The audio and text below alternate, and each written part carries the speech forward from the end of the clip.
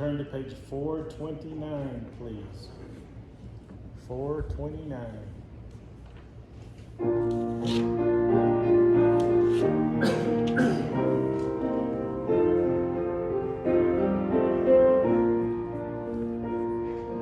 Who can cheer the heart like Jesus?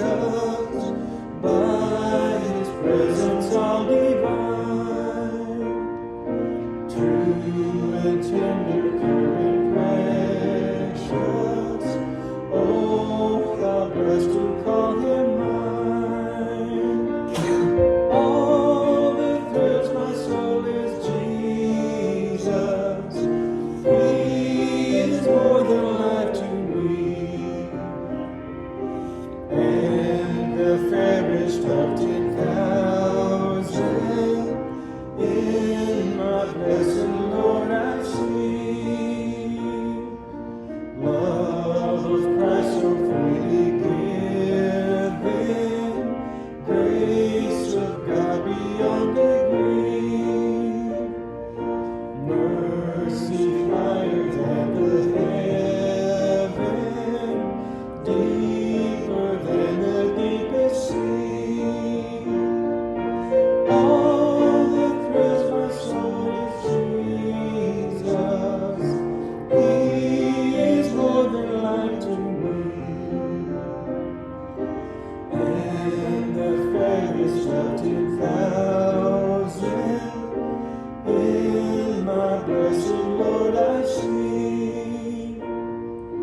What a wonderful redemption, never can a mortal know. How my sin will red like crimson, can be whiter than the snow. All that thrills my soul is Jesus. He is more than life to me, and the fairest of 10,000 in my blessed Lord I see.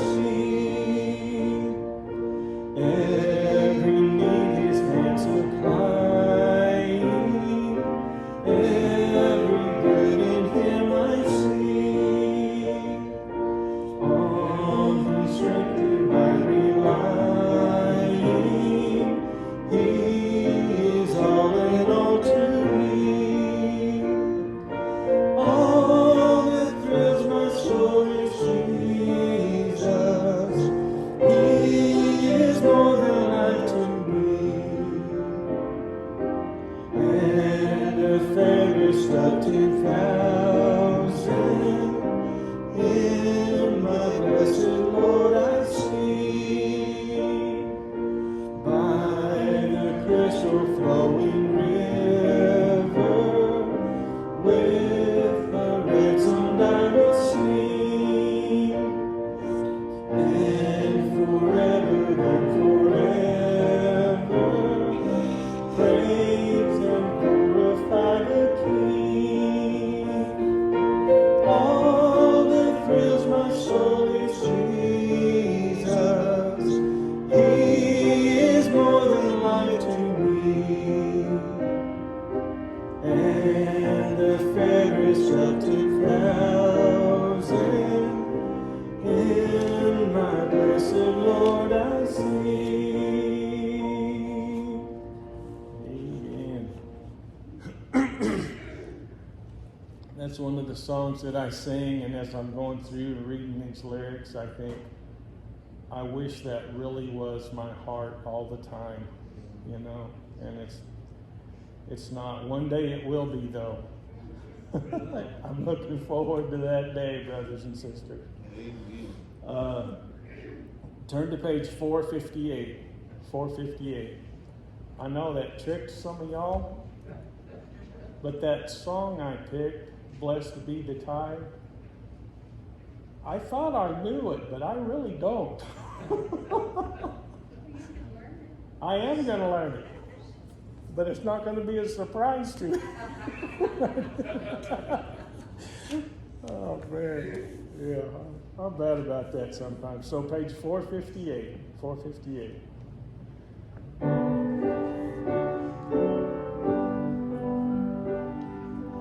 Nearer, my God, to thee, nearer to thee,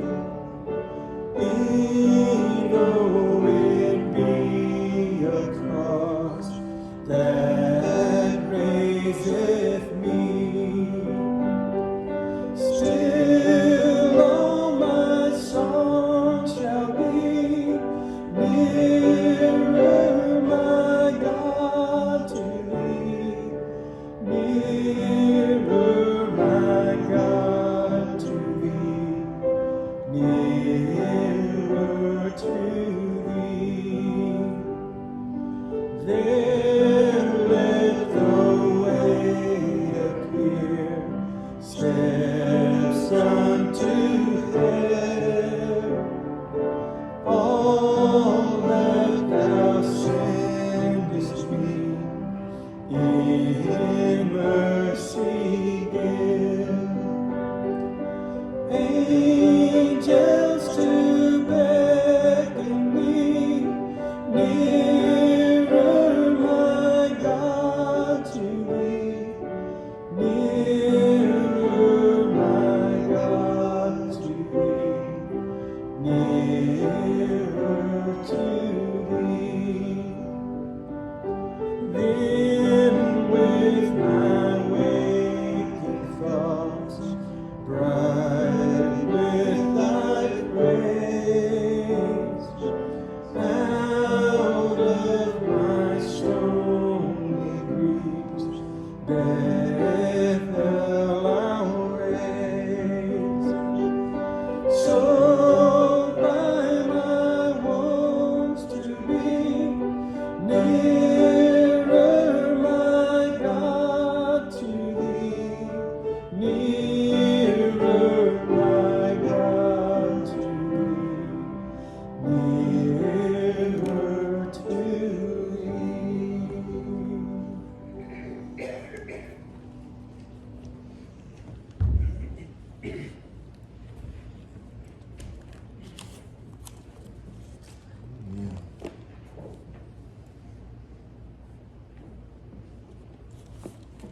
We're continuing on in the book of Nehemiah tonight. We're in Nehemiah chapter 12, picking up in verse 44 where we left off this morning. We'll get the first few verses of chapter 13, and next week we'll actually finish up the book of Nehemiah, which is kind of a bittersweet thing because it has spoken so relevantly to me in this time, and I have so enjoyed our time in that book. But I believe there are 65 other really good books in the Bible, so surely we can find something.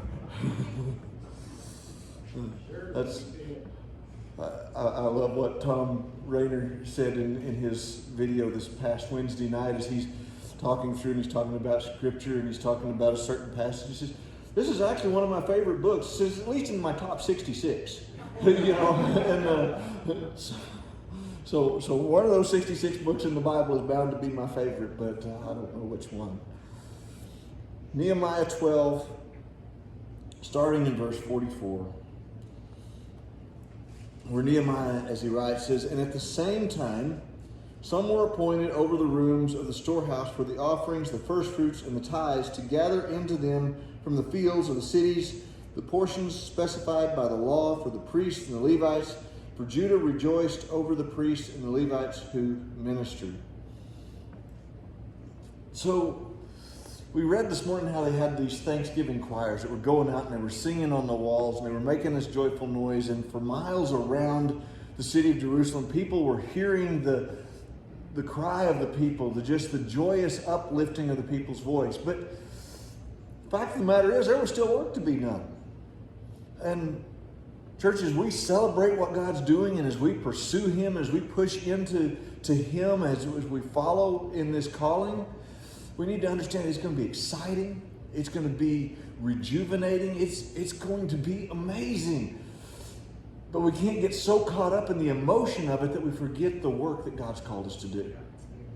And so many religions rely on hyper emotionalism and the feeling that you get.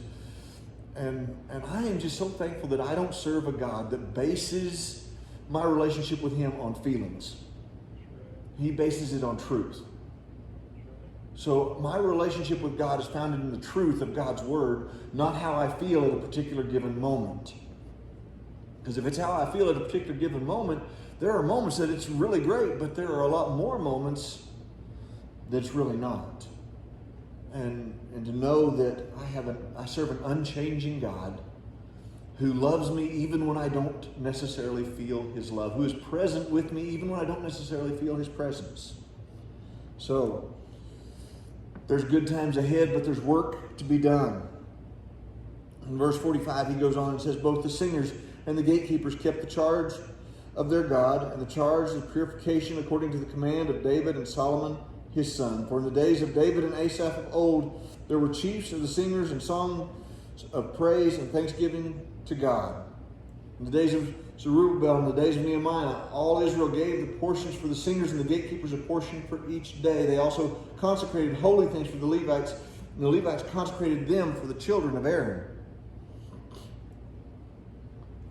So there were people involved in the work. There were people that were involved in oversight of the work.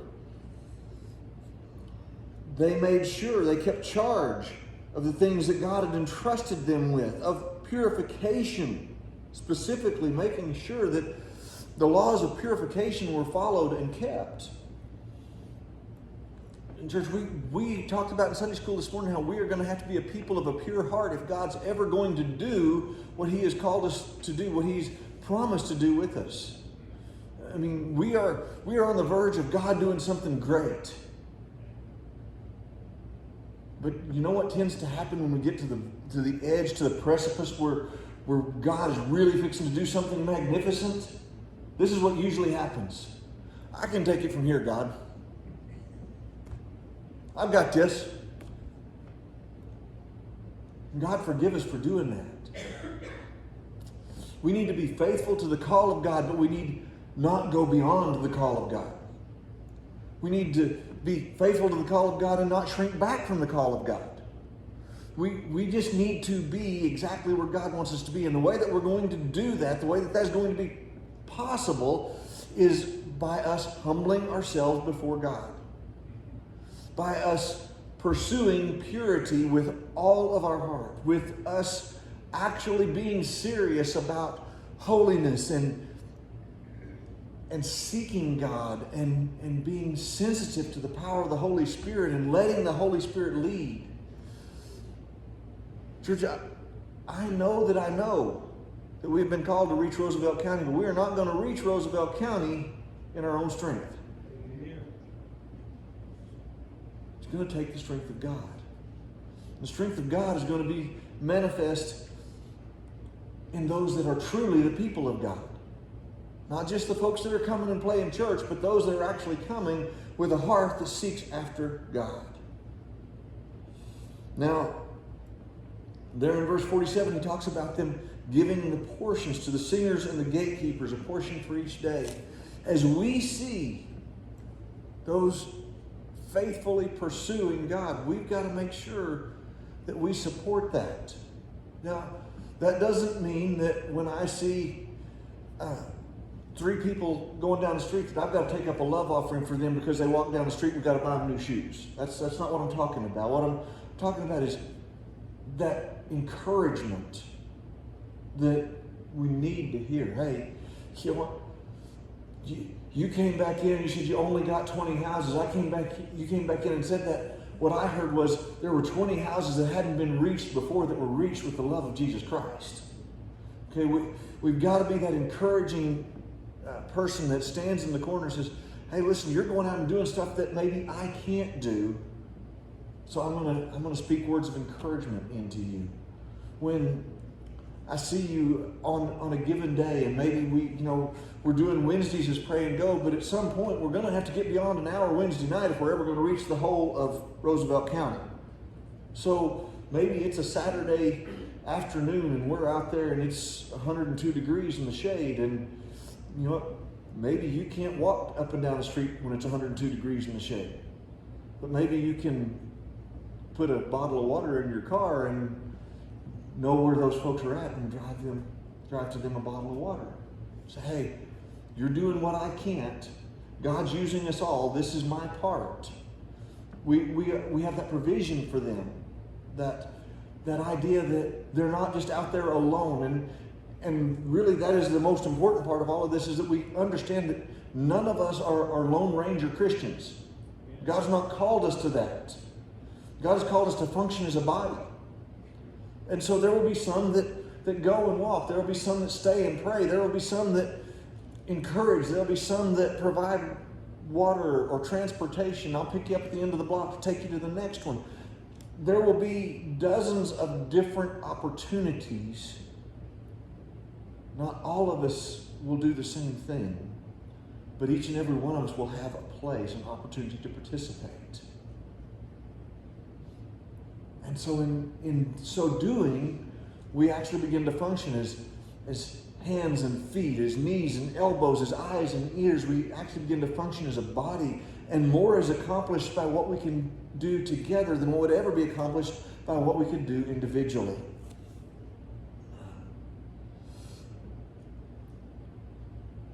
It says, then they consecrated holy things. They set apart. They prioritized things for the work of ministry. What can we consecrate today for the work of ministry? What has God called us to set aside for Him? Maybe it's just an hour of our time. Maybe it's a certain possession. Maybe it's a certain comfort that God is asking us to set aside for Him. But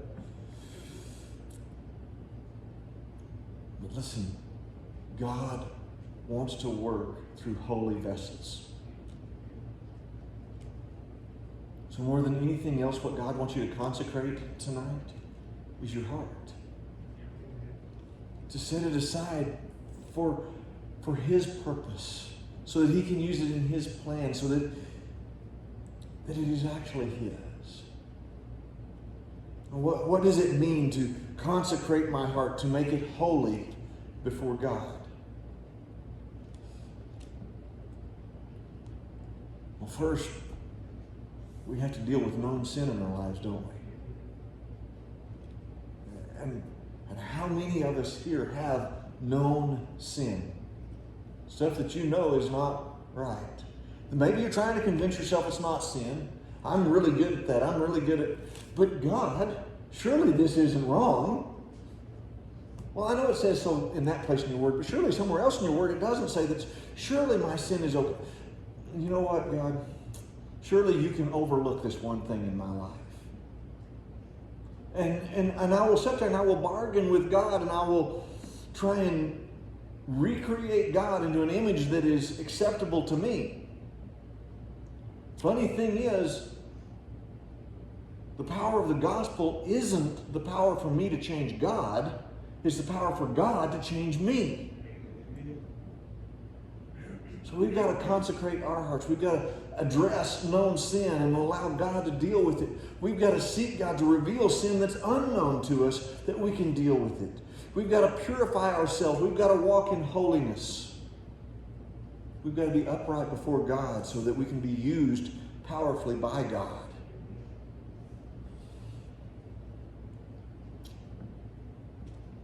Chapter 13, as we start there, it says, on that day, they read from the book of Moses in the hearing of the people, and in it was found written that no Ammonite or Moabite should ever come into the assembly of God, because they had not met the children of Israel with bread and water, but hired Balaam against them to curse them. However, our God turned the curse into a blessing, and so it was when they had heard the law that they separated all the mixed multitude from Israel.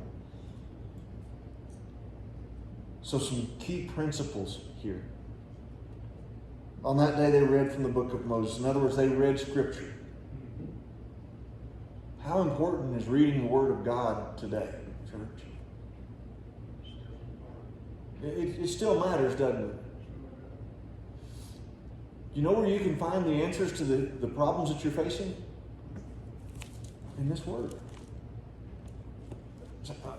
Pastor, that's impossible. This word was written 2,000 years ago. There's no way God could have known what I was going to be facing. Really? I'm pretty sure he knew the end from the beginning. God knew exactly what you were going to be facing. And he put in his word exactly what you needed to address your issue.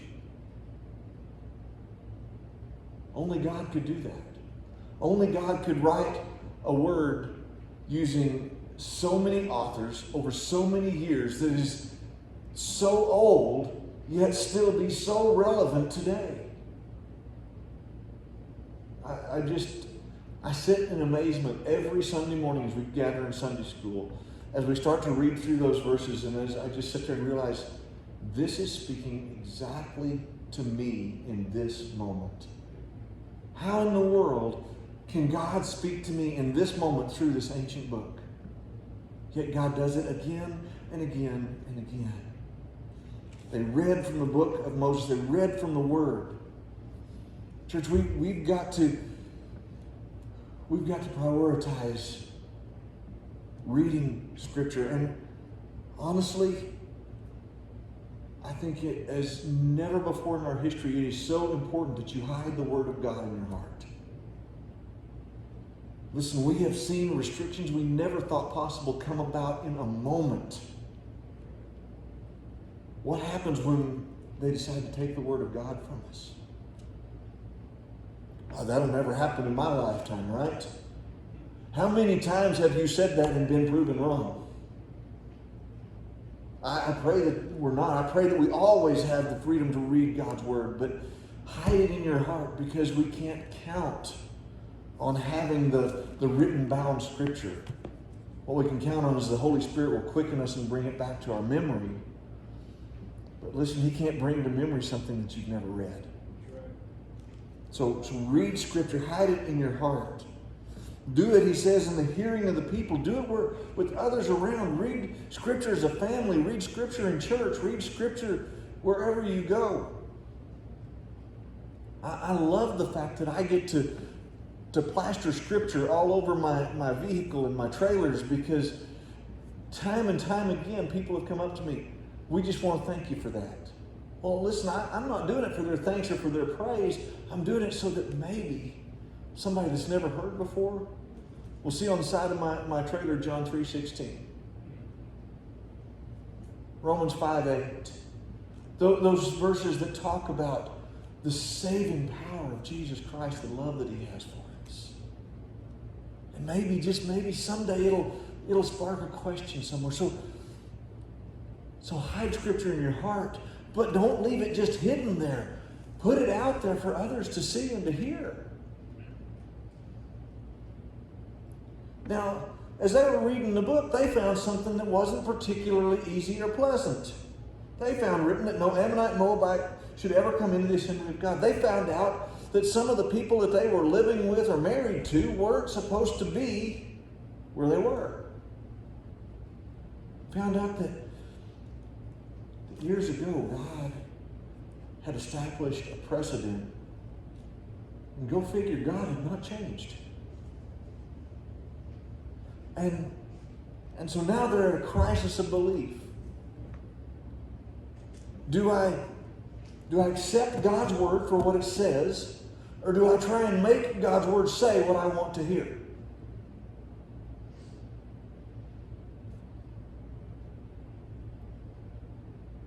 Church, we've tried far too long and done far too many things to try and manipulate God's Word to fit our situation, to try and manipulate God to fit our situation, to recreate Him in our image instead of being recreated in His image. This is not good.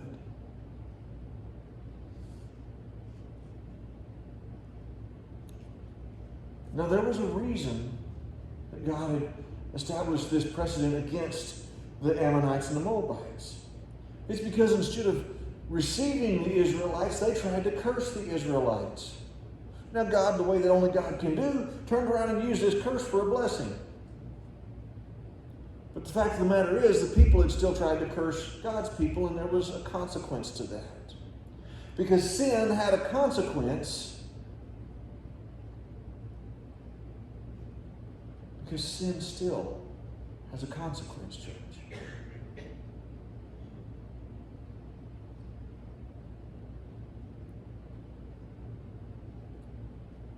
Are we really content with just living with the consequences? Or are we actually willing to allow God to change us? Even when it's hard, even when it's uncomfortable.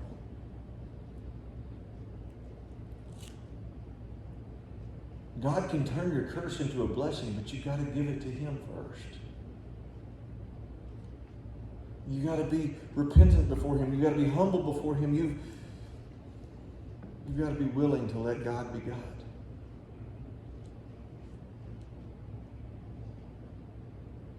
They heard the law, and they separated all the mixed multitude out of Israel.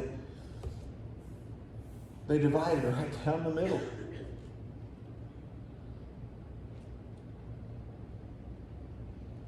They said God's standard is going to be our standard, even when it's hard and even when it hurts.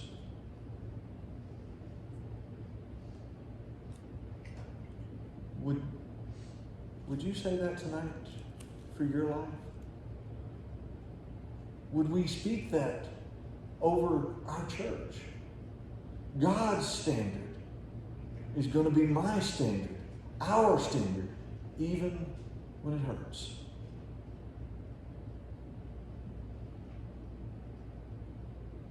Because until we get to that point, we're just going to be playing church. We're not going to see the glory fall. We're not going to see the great awakening we're praying for. We're not going to see the fires of revival fall on a church that's busy playing church. We're going to see revival fires fall on a church that's actually being the church. The only way we're ever going to be the church is when our standard becomes His standard. When we see Jesus as the plumb line, not the church down the street, not the Christian next door, but our Lord and Savior Jesus Christ alone. Would you pray tonight, God, establish Jesus Christ as my standard?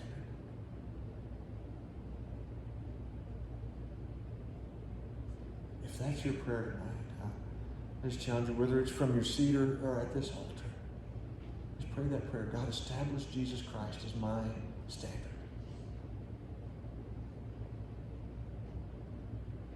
Let your glory fall in this place. Change our hearts. Bring awakening. Bring revival. Not because of great people. Not even because of our great resolve. But because of our great God who is able to change hearts and our willingness to let Him change ours.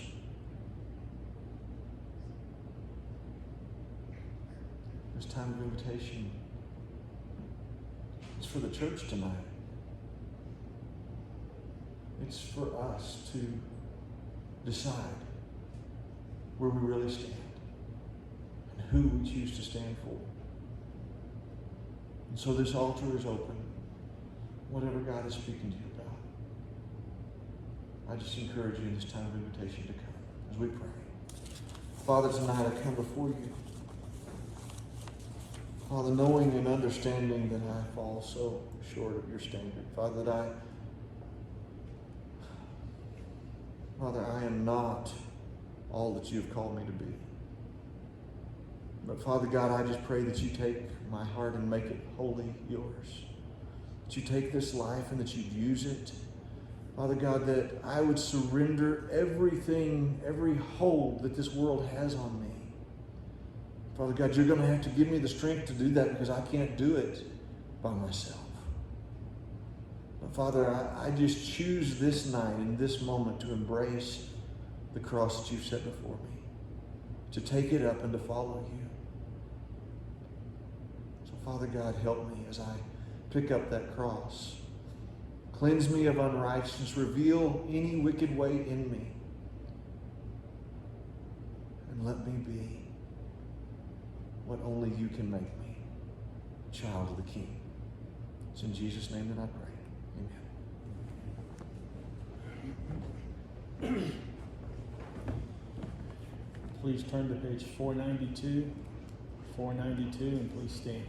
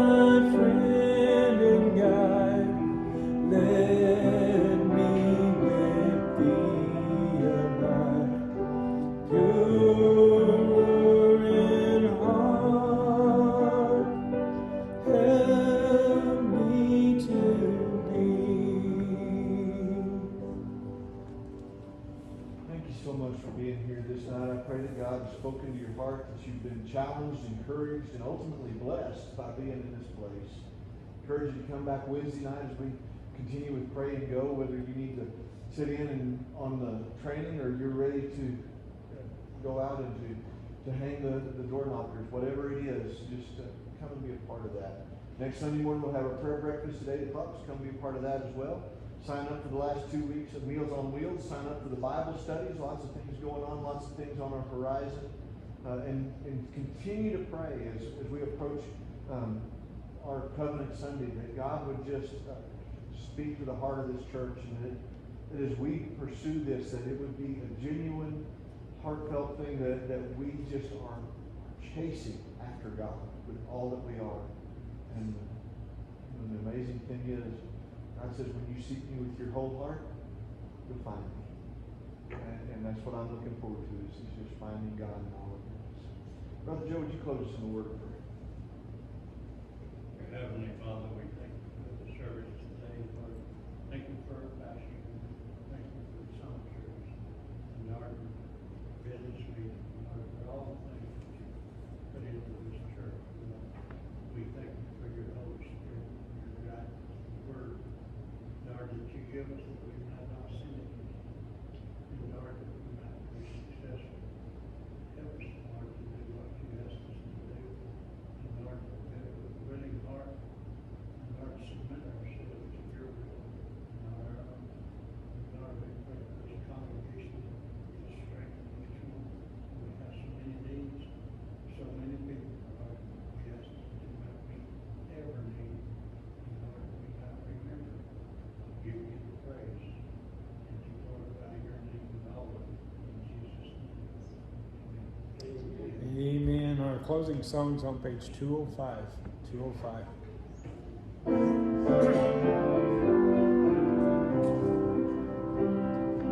Jesus is the sweetest name I know, and he's just the same as his lovely name, and that's the reason why I love him so. Oh, Jesus is the sweetest name I know. Amen. God bless y'all.